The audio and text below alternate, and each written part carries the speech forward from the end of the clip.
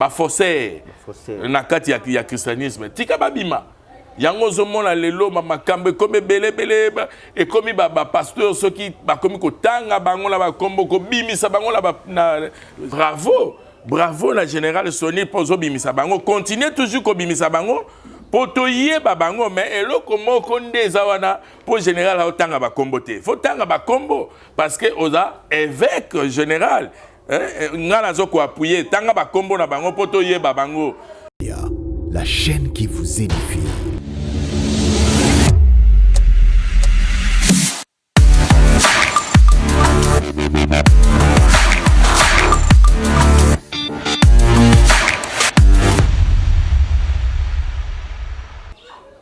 Voilà, beauté, baranza mignon sur chrétienne partout dans le monde, place pour Zolanda Bisso, Europe, Amérique, Asie, Océanie, pourquoi pas Nakatia, République démocratique du Congo. Vraiment, tout petit binom beauté mingi et puis tout petit binom bamikolomi lamu, pourquoi lamu, ça dépend à temps où vous allez Kolanda Bisso à travers internet, à travers notre chaîne et HP Média TV. Vraiment, merci pour la fidélité.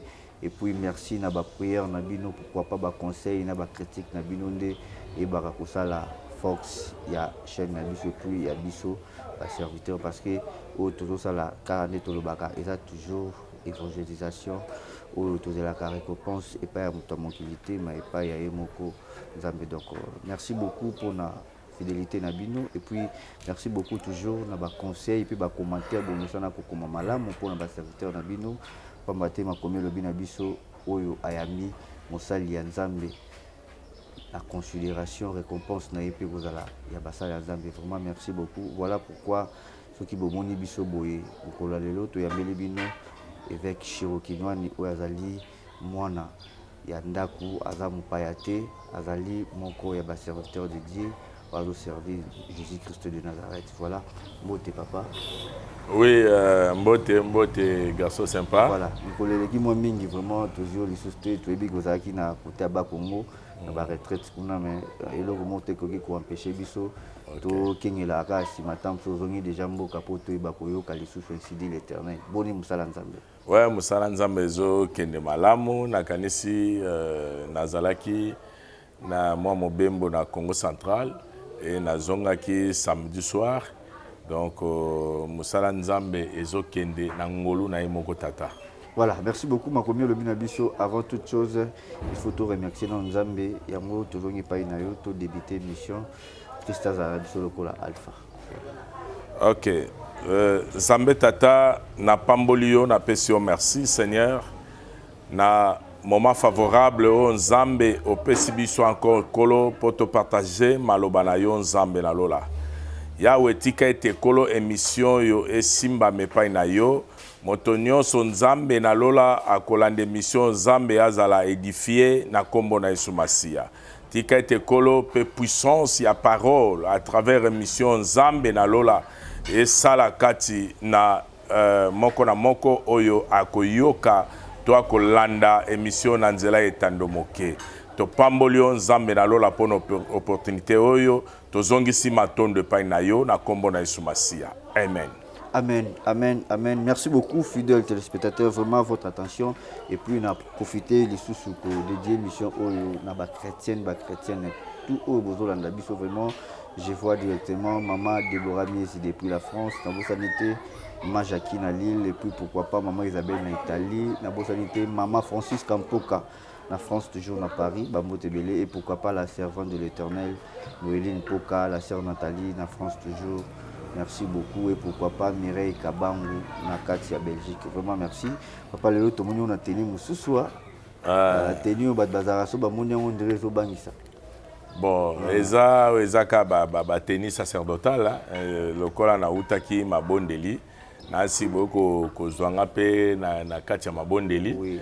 Donc vraiment talaka ka musala o kolo bengela biso ya kozwa charge ya bana notre père ko bonde la pona bango, c'est ça notre travail. Oui. Voilà, bana nzambe bazar un peu curieux ya mona simisu j'étais mon panjona na habité ba retourna ya mon papa komi Moïse to ni lisusu. Te oyo ezankaou.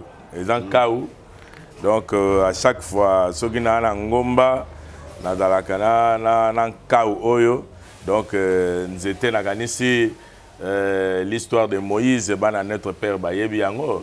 Donc, nous étions au monde qui a accroché, c'est significatif. Un berger, il faut que nous étions. Pourquoi? Parce que moi, je suis mabe, je corriger, côté za pona ko corriger, mais côté yo soki patali ko kima, au bendie donc oulet, au bendie aux zongisi, donc ça significatif.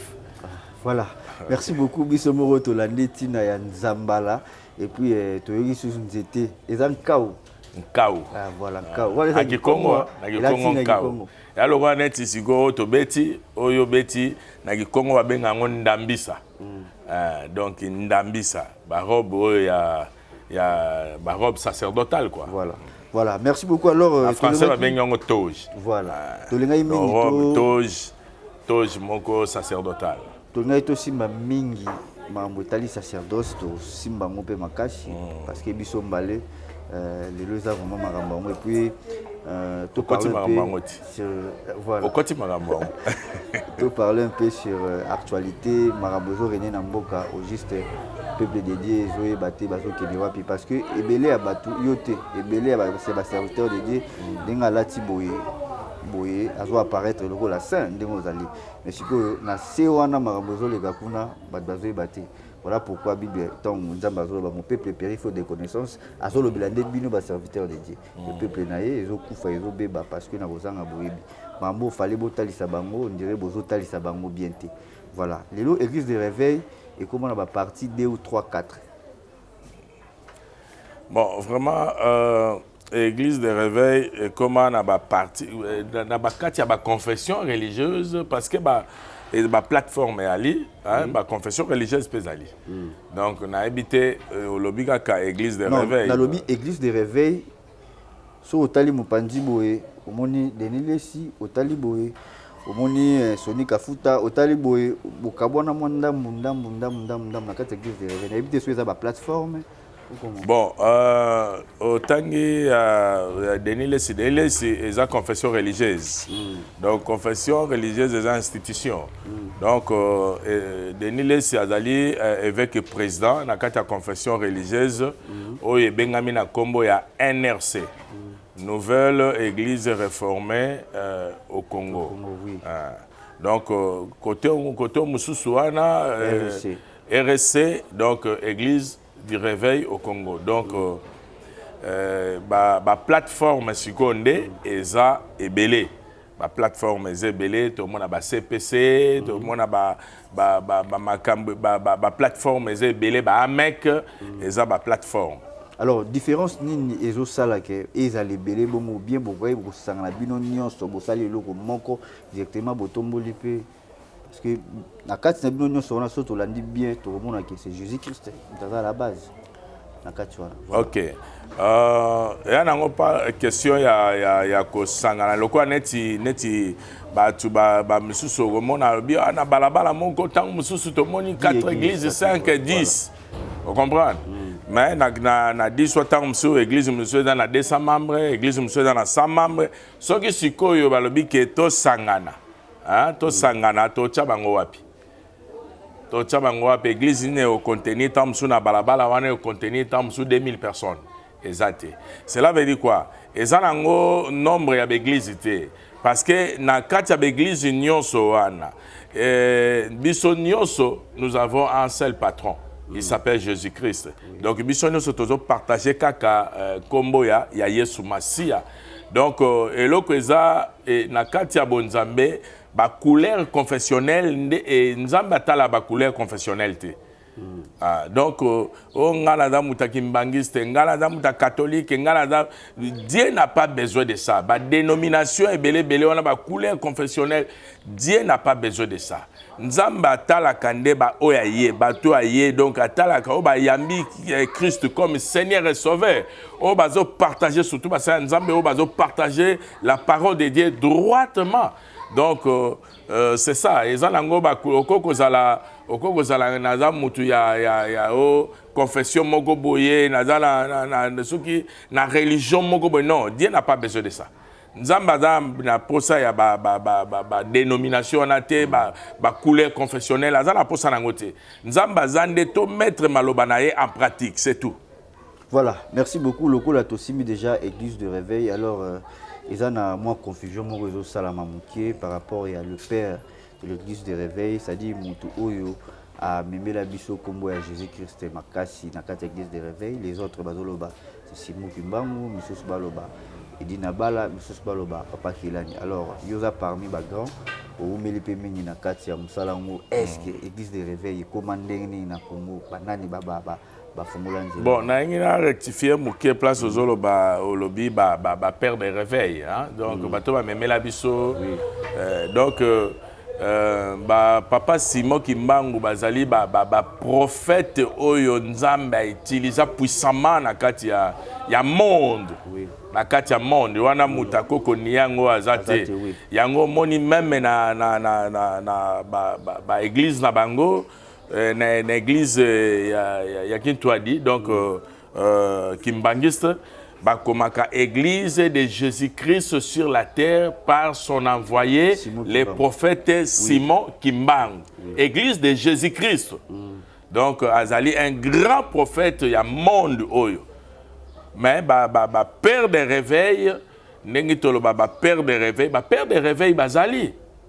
Ba père de réveil bazali bato ba mema la biso sango malamu ba mema réveil na mboka o tango sport na yaka eza ba papa na biso musée Dina bala ba papa zinga na njili kuna bazali ba papa Kelani bazali mais lelo to koma ko tia ondige ba papa Kelani batikali si matozui bato ba benga ba papa Kelani ba tata to bimisi bango ba père de réveil te ba père de réveil bazali ba tata wana ne mutu ba yamba zwa loka ba papa Kelani mutu ba yamba nanu kutu musée tango musée Dina bala tango ayaka bango bazwa bazulienda kuna na commune à qui un jour to lobela histoire wana donc vraiment nazalaga na respect mingi et pas ya papa wana baza papa o lelo pe ba encadrer biso lelo pe maloba Nzambe fandi pona papa wana donc baza papa oyo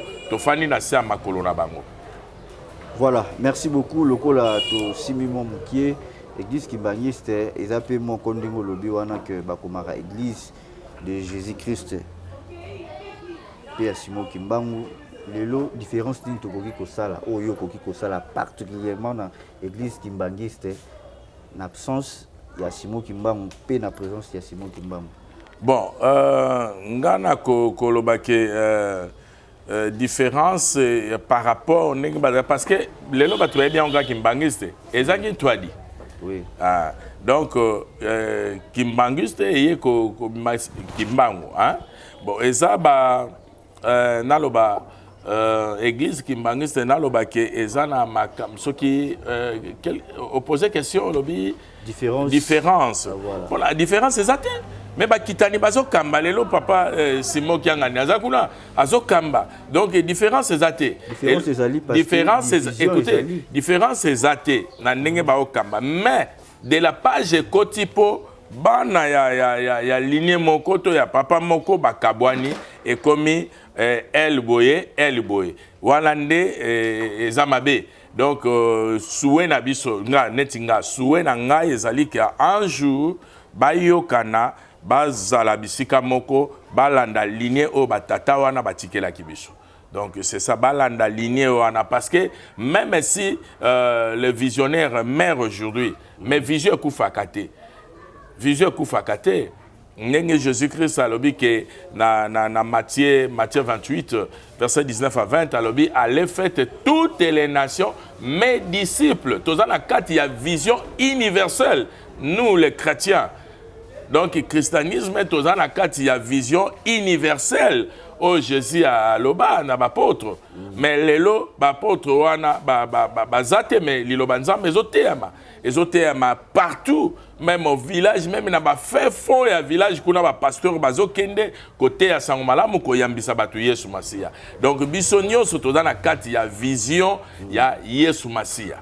Voilà, merci beaucoup Logola to prometaki bino il faut aussi Mbappé actualité moi quelques questions ezali alors papa lelo tozomona nanga mukuna je ne sais pas soki nakoloba l'ex-président ya RSC au nom de Sony Kafuta parce que baotaki déjà ko chai un peu à côté mais azaki contenté na eloko wana alors mikolo yo comportement ekomi ya kobimisa kotanga ko citer même ba pasteur oyo ba utiliser ba manger na télévision. Est-ce que comportement on a bien par rapport à témoignage peut pour son abatou ou bien ils a kocha boulouye qui entre bino ba serviteur de Dieu. Bon na nengi tozomona bilili nengi tozota na internet et puis ba ndeko musu poto sola na bango malamu bazana kati ya RSC kuna. Bon moi ba de la page wana eza ko salama entre côté ya évêque Albert Kakenza et puis côté à général Sony vraiment wana eza makambo na bango ya RSC. Mais moi en tant que pasteur en tant que moko na kati ya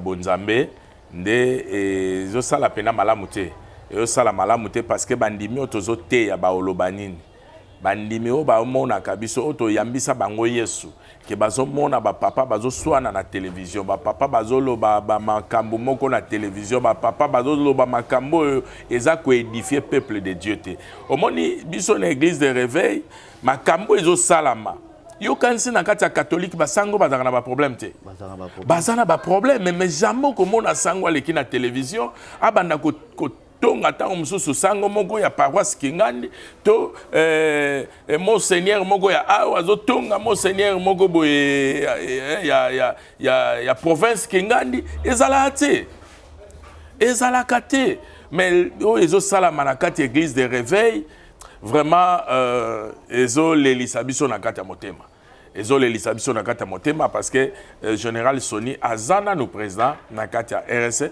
mais koto yope batie lisusu le prophète Dodo Kamba donc vraiment tozoyeba te makambango tozoyeba te ndenge parce que général Sony pena na longwete nano alongwete azana no président parce que ba révoquer bazolo ba révoquer mais yemoko alobi nano alongwete tozoyeba te est-ce que et ok nini est-ce que vous avez nini bon wana ezoko s'engager ka nanu bango bango nde bakonzi ya RSC soki ngala zalaki na mokonzi moko la kati ya RSC na kokai ko limbola makambango ndenge ni ozokende mais ngala zala kati ya click wana te na zala kati ya ni na bango RSC te ngala zala NRC.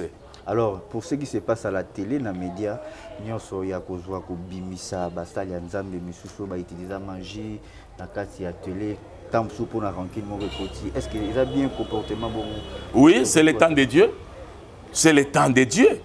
Quand Dieu agit, hein, makamane ngona fo bima pour na oyeba soki bimite toyeba ba vrai na ba fondengeni. Il faut bima. Ngana zo bengango c'est le temps de Dieu. Est-ce que ton lima qui COVID-19 est que la kisasigo que nzamba zaka na force parce que nzamba zaka capable à koboma mokina mai pas boma mokina mai aboma mokina moto nzamba zaka capable na nyoso ta l'épidémie ndenge ravager monde et nzambe pe asali ke bulu yeke kota nengo na poto yeba batu mususu tant mususu azoleka na télé tala omoni télévision ekoko matisa yo soko eboloba pe télévision ko kitsayo soko eboloba te télévision pe kitio donc pour na ngana zoloba ke oui ton dimaki te que na trempe ya général Sony muto na linga mingi akoyi ko bimisa batu oyo batambola na magie ngala landaki ya lobi même pourquoi garder en il y a longtemps et pour bimisa kaka lorsque c'est le temps de Dieu, c'est le temps de Dieu, chaque chose a son temps, c'est le temps de Dieu, chaque chose a son temps. Bible eza koloba, il y a un temps pour toutes choses. Mabe salaki. Oh, vous savez, mabe koko zala, hein, au sali mabe mingi. bio sali bolamu mais mukolo sala mabe wana ndenge Bible lobi eye ko zipa tala lokola neti ba eloko aboyele kitala ninga azotanga azotanga sikoyo azotanga batu bazana ce n'est pas normal ça eza malamu te tala lokola neti bazotanga il y a d'autres pasteurs toyeba kite basa nzambe bele ya minene nzoka nde bazana bango ba magicien. Regarde un peu des choses comme ça. Tala ninge zo le kabili. Totala ngona nu. Nata mombachela biso image wana totala ngo calme mais bon to sala analyse dans ces mains. J'avais démissionné en tant que président du conseil des sages. Pourquoi? Parce que Muto Azalaki vice-président Nangai, ayaki mukonomoko akoti na bureau Nangai, absinga mon général, naye komi confessé au batisanga lisusu po yambisanga susu Yesu. Oh. Ndenge nini? Ayaki accompagné na mwana na ya mulimu. Na ibisiete oyo nani o mwana nanga mulimu asita nanga bite abima lebanda bite po ayibi makambo nyonso. Nyabite me poto solo la malamu ko batata abima. Atangi série ba serviteur na nzambe ba kombo na bango ba initiaki enelo ba bengi kabale juif.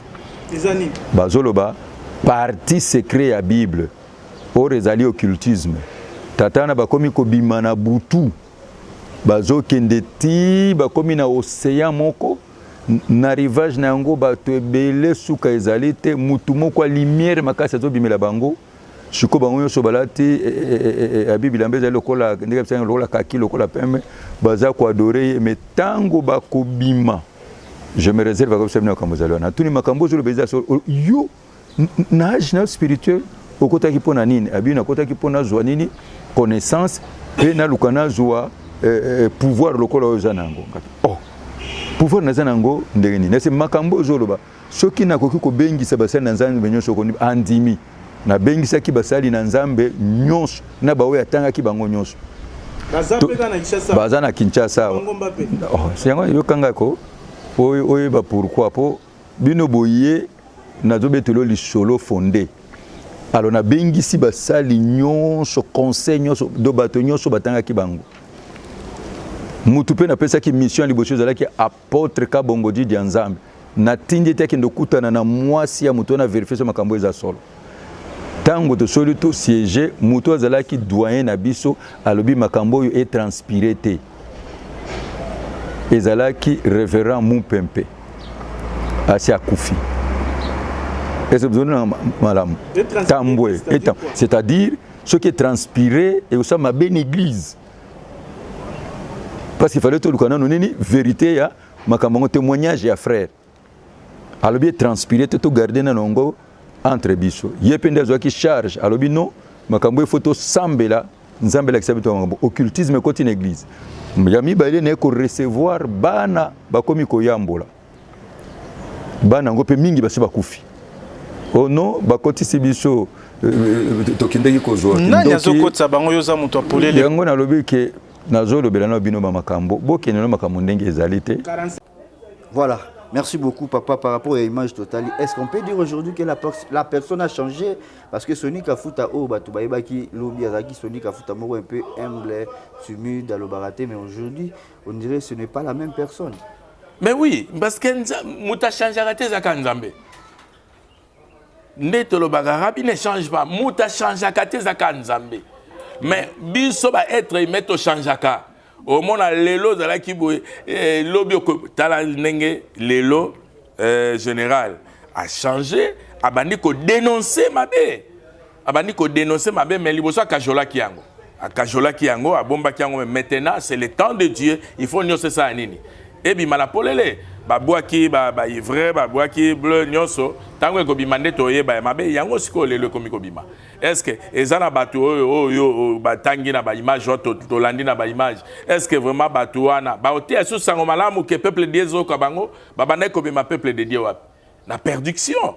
Voilà, c'est le temps de Dieu et moi je dis bravo la générale Soni pozo bimisa bango continuez toujours ko bimisa bango poto yeba bango mais eloko moko ndeza wana pour général otanga ba kombo te faut tanga ba kombo parce que oza évêque général ngana zo ko appuyer tanga ba kombo na bango poto yeba bango to yeba bango ke baza ko travailler na kombo ya Yesu Masia te baza ko travailler na kombo bazo tia soki parce que ba Jésus peut baze belé Oui, bah Jésus va y na kati ya Bible Josué ce côté combien on a hébreu côté au monde ndenge moko na Jésus Jésus de mbanda Jésus de mbanda bazali o soki sikoyo ba Jésus o sonia to tanga wana ba Jésus ya Congo donc ba Jésus ya Congo ba Copperfield pe ba Jésus te ba Jésus à Londres kuna ba Copperfield donc ba Jésus à Congo mais Christ azaka moko ba Jésus va zébélé mais Christ il y a ba chrétienté hein Christ pena ya Messia wana zaka moko Christ ba chrétienté donc voilà merci beaucoup alors comme conseil lokola yo posa moko ya ba papa église de réveil s'il faut le dire conseil nyoko ko ça d'ailleurs na comportement ya bateau yo Sony Kafuta le général azolo belabo conseil nyoko pesa ba conseil na ko pesa général Sony non bateau o ya tanga oui parce que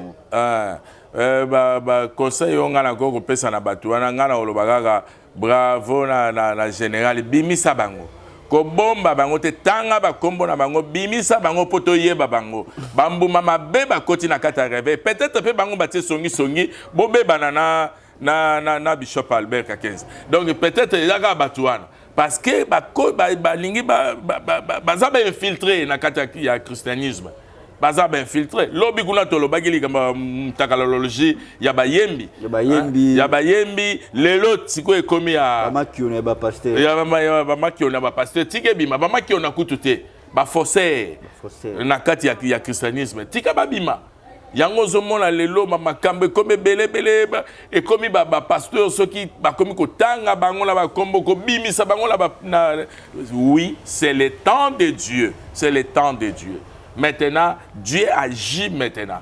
Nzamba bandi ko dépouiller. Nzamba bandi ko longola ba bavir. Abandi ko longola ba bavir na kati ya christianisme. Moto temps monsieur yozo benga père. Moto temps monsieur yozo benga aîné. Nzoka nde ani mutaba bavir. Or que bavir et pour introduire en na siège na ngwe kota te parce qu'il y a des bavires. Donc il faut pas dépouiller, il faut pas mêler yango, ba dépouiller yango. Voilà, merci beaucoup Papa Chiro qui nous a vraiment ton message énormément mingi na kati ya HP Media. Mais ça bande ko ba otala biso ba zape ko se poser ba question mingi kati na bango par rapport à ba comportement oyo église de réveil ba serviteur nango bazo bimisa ba fouille parce que Christ était surtout jeté mais quelque part donc oui banzete par rapport à fouille, ça dit soki tozolo ba boza par rapport à ba fouille oyo bino na en général ba serviteur de Dieu beaucoup mis kobimisa ba comportement monsieur zaki mabe batama ekomi kobima alors pour na yo moko nano est-ce que okoyebisa biso souvenir ya mabe ya serviteur de Dieu moko za na kati église de réveil otanga no kombote garçon sympa oyo mo ofanda bo tali lobi non en tout cas ba o ba serviteur te ba paye ozu bango lokwa ba paye. Bon, na kati ya musala oyo vraiment sona lobi ke na loba ba souvenir à mabe ngala zaka trop prudent. Nazaka trop prudent, nazaka soki likamna remarquer que nzamba talisinga ke mutoyo azabo eboye na okima embala moko. Na olingate mabe ya po amemanga na sangwa mabe. Donc na olingate mabe ya ngana mikimela avant. Ngana mikimela avant. Na boya kapenza moi nini affrontement toza patron moko mais soki na mone komi ya boye na okima avant parce que wana na otala ke non naza toza patron moko te omoni biso nyonso ne na utai koloba toza na kati ya vision universelle donc soki moto oyo amemi vision ya Jésus te c'est que yé pas na vision na ye oh vision plus vision égale division. Donc, c'est qu'il y a dans la vision à Christ, il y a dans la vision à Christ, il y a dans la vision à Christ. Donc, il y a une division. Donc, il y a une RSC, la vision monsieur bimi. Il y a une division et ça est écoute.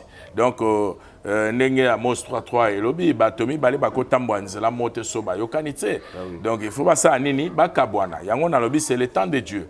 C'est le temps de Dieu. Nzambe yemoko abandi ko détailler, Nzambe yemoko abandi ko longola babavir. Donc totika Nzambe asala musala nae.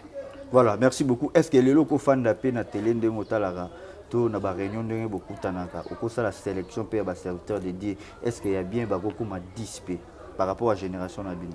Oui, baleki 10.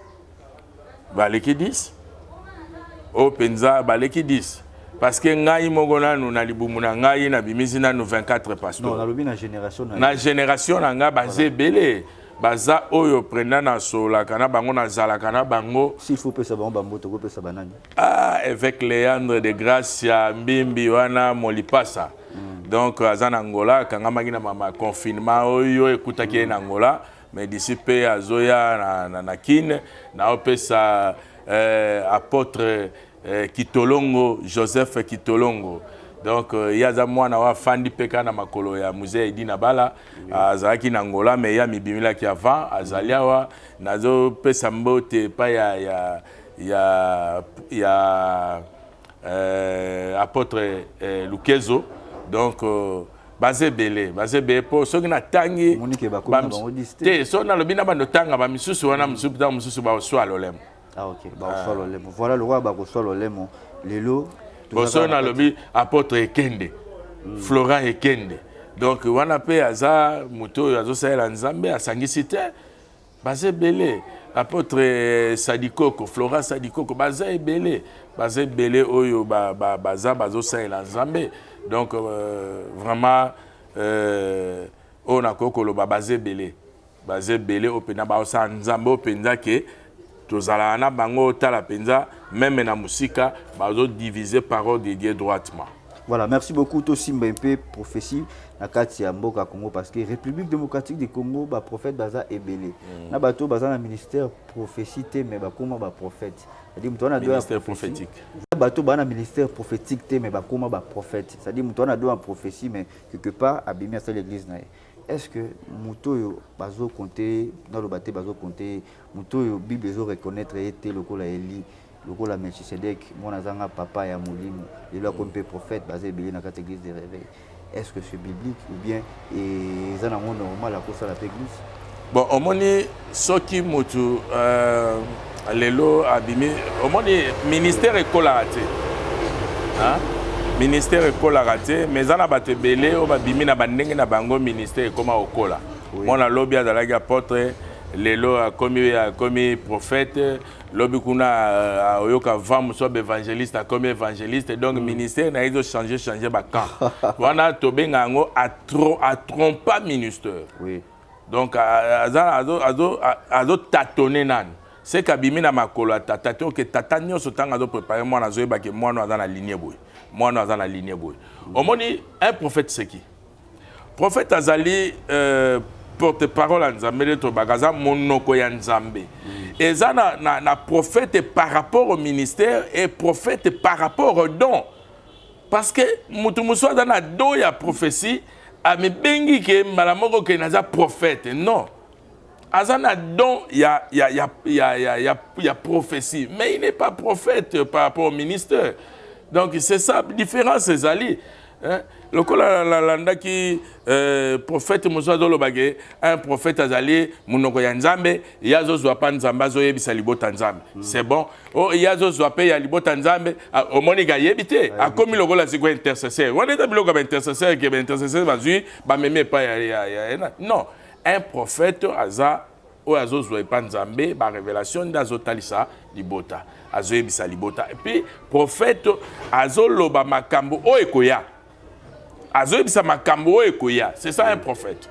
Mais prophète aolobano makambo o eleka te, wana da parole de connaissance. O azolobano makambo eleka. Oyo ndenge za wana lobi kuno liaki pondo. Yo po bien za prophète, est-ce que da lukuta o liaki pondo te? O liaki te. A betika ka wana da parole de connaissance. Prophète alobaka makambo ezo. Yango zo mwana kata Bible, soko tangi na Bible o mona ainsi parle l'Éternel. L'année prochaine, au Monaboy, au Komonaboy, Zoa, prophète Élisée, devant la femme Sunamite, Azopé Saye, prophétie Lobi, que l'année prochaine, tu embrasseras un fils. Et puis Salami.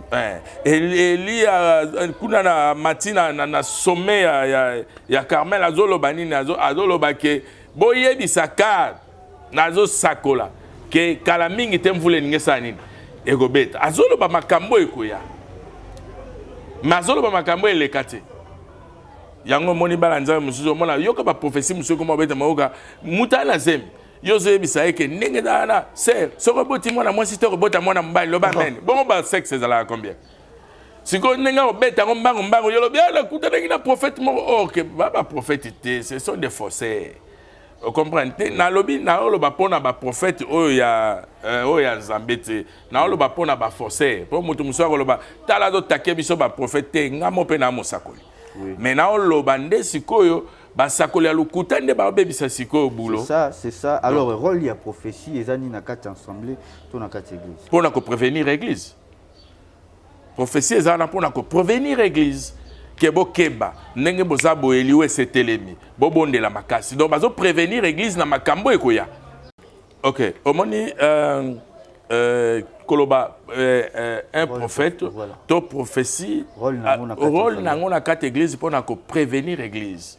L'église to Bible lobi un peuple sans révélation c'est un peuple sans frein. Cela veut dire peuple nzambe. Il faut nzamba lobela kabango nzamba zoko prévenir bango na makambo ekosa nini ekoya. Rôle ya un prophète na kati ensemble et ça très important parce que beaucoup kozala ko bonde la fo nzamba lobela abino. Faut un prophète azala o nzamba zo lekana nzela ne poye bisalibota. Po lobana libota ke talaboy mabe c'est telemi. Bo bonde la talaboy na moni boy nzamba lobi boy. C'est très important. Or que ce beau dans la révélation na quatre église révélateur azate. Donc bobano tambolaka buluki donc bokomi ba aveugle. Or que il faut un prophète azala c'est très important na quatre église na quatre assemblées de Dieu, il faut un prophète azala pour ko prévenir l'église. Nzamba ko lobele azo lobele l'église na nzela un prophète. Voilà, merci beaucoup. Alors le coup à tous la prophétie, votre collègue aussi Denis Lessi a aussi copié sa prophétie moko par rapport à Mboka, alors que l'ex-président M. Joseph Kabila a osé votre analyse. Ok, merci pour Nalanda Kiyango, Nenge avec président Denis Lessi à lobby, Nengo Utolobake, ex-président Joseph Kabila Zozonga te, Nalanda qui est malade. À lobby Nengwanate. Interprétation, moi c'est quoi interprétation hein? Donc il continue à herméneutique comme interprétation. Alobi ye azomona na carré na ye. Donc azomona na miroir prophétique. Voilà. Azomona que Kabila akoki kozonga même atana mando ezoete mais azo ye baki après azomona ki akoki kozonga. Donc alobi te que il sera candidat ou il sera président na mando zoya. Nalandaki yango malamu. Nazana ngo même na téléphone. Non, tu préciser te lobika akoki ozonga, c'est ça. Akoki kozonga ndenge ya lobaki. Bon, ça n'engage que lui hein parce que alors bibliquement tokenango bien sûr toute autorité vient de Dieu. Oui. Oui. Alors est-ce que déjà est arrivé une fois dans la Bible que Montumo va peut-être rejeté pour nous récupérer les sources?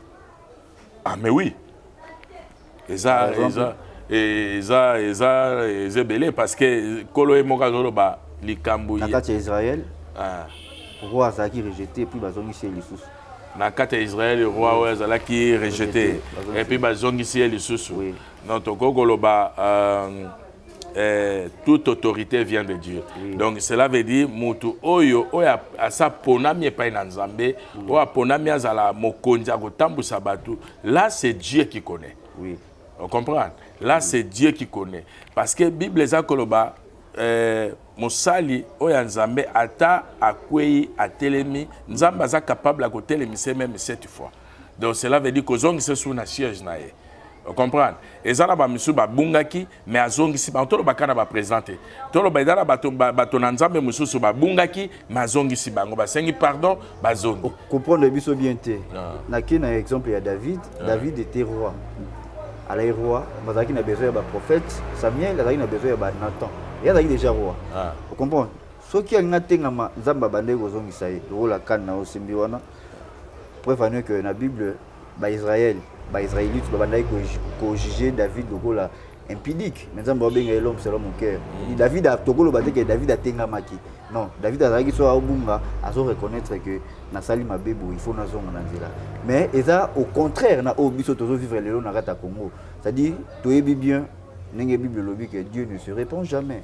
Attends mon amour, tout est pour se répandre le lot. C'est-à-dire mutoyo batunyo so baleli pour naé et puis par exemple yo est-ce que vous bimisa.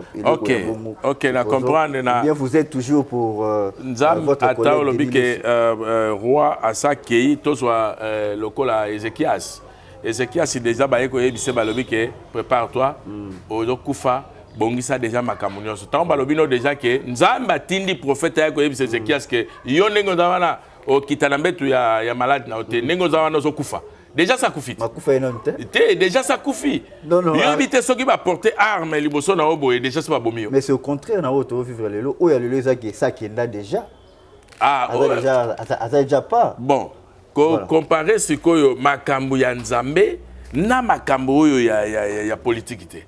Bien que makamba nzambe ezamaka molimo ezamaka molimo mais ezamaka politique donc moto ya kei akoki pe ko sala ba lolenge na ye pe mona pe bozongi se bondime payer akoki ko se repentir sali pe se repentir et pour moto nyonso soko koi pe nzambe se repentir pe bagondima yo pe nzambe pa ndimi yo pa zongi si yo lisusu ozusu ngolo nzambe mais yesi ko wana eza makambo ya politique donc makambo laisser mamba politique et pas ba politicien ya nzambe tika ngwe pa nzambe bino ba prophète bozape na place moko so ki ba consulter prophète pas ko consulter nzambe voilà Daniel a kené ko consulter nzambe chaque fois roi azo ya kokuta na Daniel a dit ce n'est pas moi mais fona kende nanu ko tuna nzambe roi yeko ko tuna Joseph ko limbola ndoto limbola ndoto alobite ngaite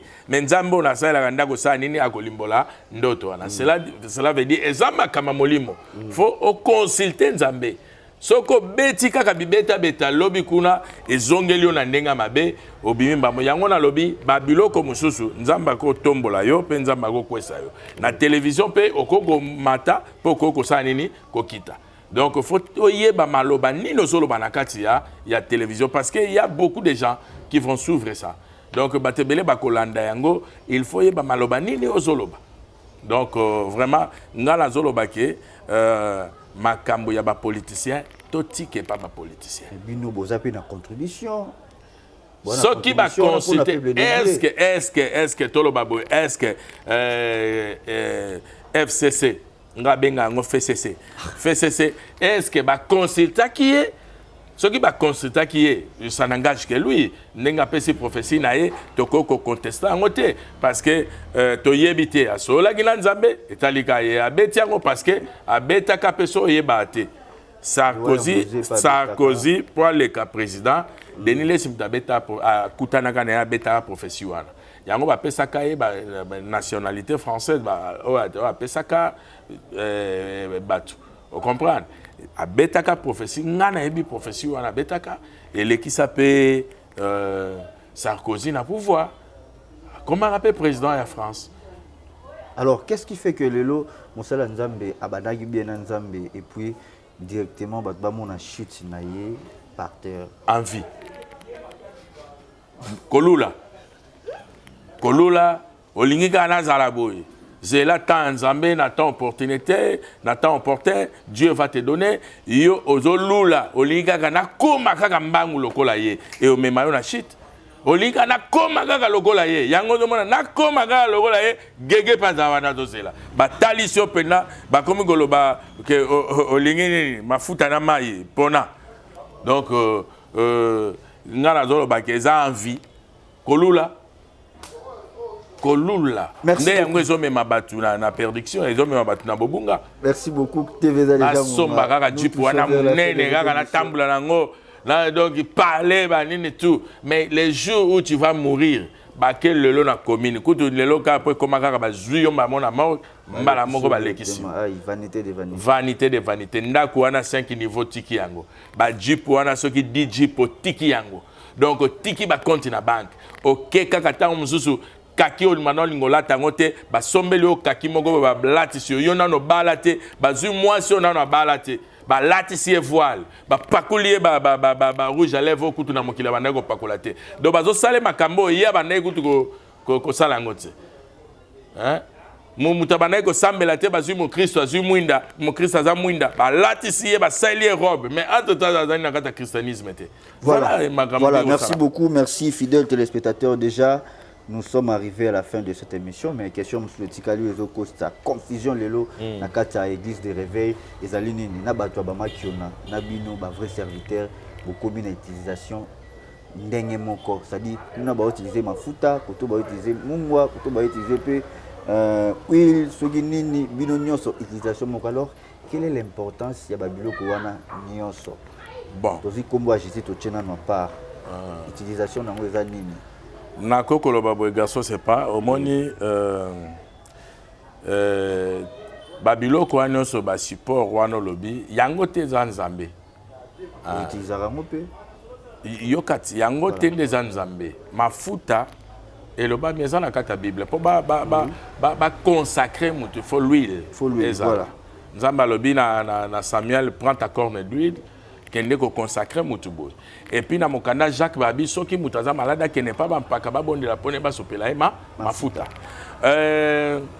Élisée aye na mboka Jéricho batu bayibisi ke mboka ndenge zabo en tout cas to fana malamu mais mai ezoboma mabele za stérile asengi mungwa c'est leur révélation asengi mungwa boyela ngango na sani moko ya bien bokende kolakisa nga source nazokende tango akei mais mutasengaki mungu ezalaki nani ezalaki Élisée asengi pla wana ke nango tina source mais tango akomaki na source alobi na koma nzambe alobi ainsi parle l'Éternel, ainsi parle l'Éternel. Vous savez, un sacrificateur a rosali moko boye et Dieu a accordé un miracle salami. A kekuna tanga boaki mungu na mai boye mbala moko Bible lobi banda mokolo wana mabele et comme bien stérilité sili na mabele et puis mai et liwa et ça nini et longwaki. Prenons l'exemple encore. Elisa lobina Naman. Nzambe mdatindage. Un sacrificateur quand il parle et nzamba kokisi. Oh yazolo bawana. Alobi kende na ko plonger na Jourdain 7 fois. Soka plonger ki 6 fois ninga bikate. Marabine 7 fois. A plongé 7 fois et puis poissonné comme qui pur. Donc eza biloko moko soki nzamba révélé yango parce que mungu eza biblique mafuta eza biblique mai eza biblique. Mais Lélo est comme la doctrine. Vous avez bien parlé sur l'Ancien Testament, oui. Mais si bien sûr Christ a lobby dans Matthieu 5,17, ne croyez pas que je suis venu pour abolir la loi. C'est-à-dire, Ancien Testament, balongoli a monté. Mais balobi bien dans le Nouveau Testament, tout est possible en celui qui croit en Jésus-Christ. Alors pourquoi l'utilisation bongo et comme la doctrine, c'est-à-dire ce qui est comme une doctrine, ce qui est comme une doctrine, on est comme mabé. Voilà. Ce qui est comme une doctrine. Et au Gossala, on parle révélation. Nzamba kokolo bazwaka mabele sopela na lokolo place vimbi mbala mope lokolo sainini et sili. Voilà. On comprend lokolo pe sili. Donc nzamba za ngala benga kaza multisystème. Yo tango mususu nzamba bengi yo na ndenge ke oteika sango malamu oteika parole et mutupa biki à travers ka parole. Mais mususu abi zwaka mai oyo mi sopela na nzoto. On comprend? Mi sopela na nzoto sopipe pa mais bagale esala ki na nzoto ça nini esili. Mama moka bandai ko bota azaki na pasi ya ko bota komi dia na 10 mois. Alobi na nga alobi papa na obota te ba benga la téléphone. Yi aza musika 10 mois zobota te fallait baba intervenir basala césarienne. Nabi bon boza mulanga mai bozwa ka mulanga mai ya canadienne bazui na je priais pour ça. Nabi Mela, Amélie, après 5 minutes à Boti très bien. Tu vois, Maï Kaka, mais Maï Bangomo Basombiango. Mais moi j'ai prié au nom de Jésus. Oui. N'a prié au nom de Jésus. Bon, prenons l'exemple dans la Bible. L'obito qui est l'Ancien Testament et dans le Nouveau Testament. Jésus est moko. mabele soki bana bwakeli yo mabele na miso o silika pe mabele ko kufa mais mukolo ngo Jésus la kisi batu keza pièce de rechange ya miso azu ya bwaki so inase na solo bezali kamba ba révélation bwaki so inase ça sali yango bu poto tala garçon sympa so kota mabele na miso ata mu pepezo ya boyo ekoto na miso ah surtout so do kata makadam me bako tutayo parce que au fungulation miso te mais Jésus azu yango a potier na miso ayebisi epe kene na silowe keno sukola na réservoir à silowe a sukoli babi mutu wana moni clair.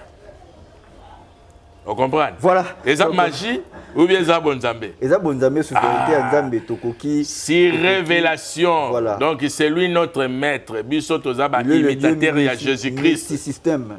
Donc tokoki koyeba phénomène Nzambe. Voilà, OK. Voilà, alors différence ezo salaga yo bino na batu ya ba makiona parce que utilisation moko ekozanga telo ko wana izala kaka. C'est-à-dire ndenge za boye. Soko tamboli na ndako ya ba chrétien nyonso ba otala biso o monake ba pasteur ba epsa bonka ke o zanga mafuta te fo somba et comment oteka même dans l'église to boye za mabete mais comme c'est qu'on a sainte yo mela yo kana sainte yo mela makila Yesu te hein et za makila Yesu c'est daga 20 et za la 20 ba misusu daga nini vitalote makila Yesu mais quand on prie pour ça tolobé comme nini makila bazu pain sans les vins oyo hein tolobé comme nzoto ya Yesu mapa carré ba tumsu ah ba misuku du biscuit et OK na biscuit ozomona ezala soki ba bengeli yo na côté wana te ko sala ngote soko zu révélation na ngote ko sala ngote mais soko zu révélation sala ngote. Voilà, merci beaucoup, nous sommes arrivés à la fin de cette émission, fidèles téléspectateurs, merci beaucoup à vous tous de nous avoir suivis. C'était bel et bien l'évêque Chiro Kinwani, où il y aura toujours moi vérité, il y a plus de lumière. Et voilà, Makassi. Je dis un grand merci à Maman Déborah Mies depuis la France, Maman Francis Kampoka à Paris, Bambo Tebele, Place aux Ali, Nabo Sanité, la sœur Nathalie Kina, et pourquoi pas Napé Sambote, dans la servante de l'Éternel, Noéline Poka à Paris, Bambo Tebele, Place aux Ali. Alors, on a ici déjà, on a répondre des questions, on a un mot pour clôturer. Je suis là, on répondre. Na Pessimbote, na Montréal, l'équipe technique. Les caméramans intelligents, le savoir et la confiance de mieux faire et on va biso tobi ma bien bourré. Na kata plateau, je dis un grand merci na bino batunyo spoza ki libakwa kolanda biso. Alors question na ngas les quelle est la volonté de Dieu par rapport à Mboka Congo? Donc on répondre biso et puis vous allez prier et à clôture Zamba sur le Gola Omega. Alors quant à moi je vous dis bye, on se retrouve au prochain numéro. Bye bye. OK. Et une question moko très bien, très bien vraiment la CP Nango. La volonté de Dieu Nzamba lobi ke alobi na mokanda Jérémie alobi moi l'Éternel je connais les pensées que je pense pour vous, les pensées de paix et non du mal. Donc Dieu a un plan pour notre pays, la RDC. Donc Nzambe azana makama malamu nyonso yo biso to mona ezo salama. Peut-être c'est la volonté de Dieu parce que nous biso to zaba peuple ya Nzambe et Nzamba yebi ndenge nini azoko tambusa. Omoni quelque part bien aimé dans le Seigneur quelque part okoko mona likambo ezamabe mais oh ezanzela oyo Nzamba lekeli na nzela wana po apesa solution na mboka. Donc, toko kanga volonté Nzambe te, tolobaka ka Seigneur, ce que ta volonté, non, que ta volonté soit faite.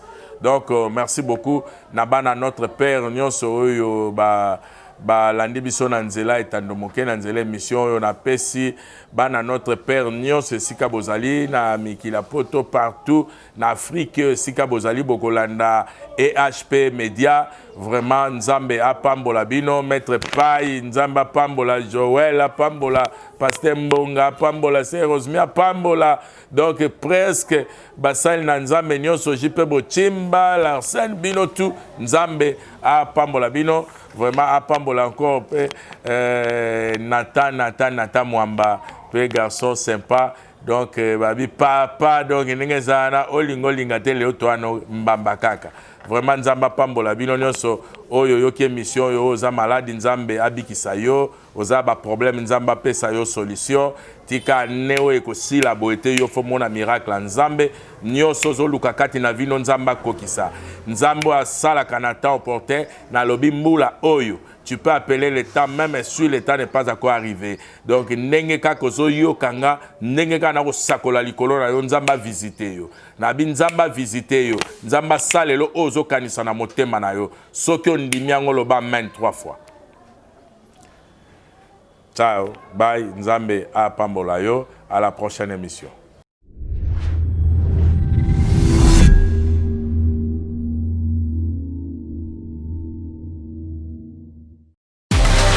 IHP Média, la chaîne qui vous édifie.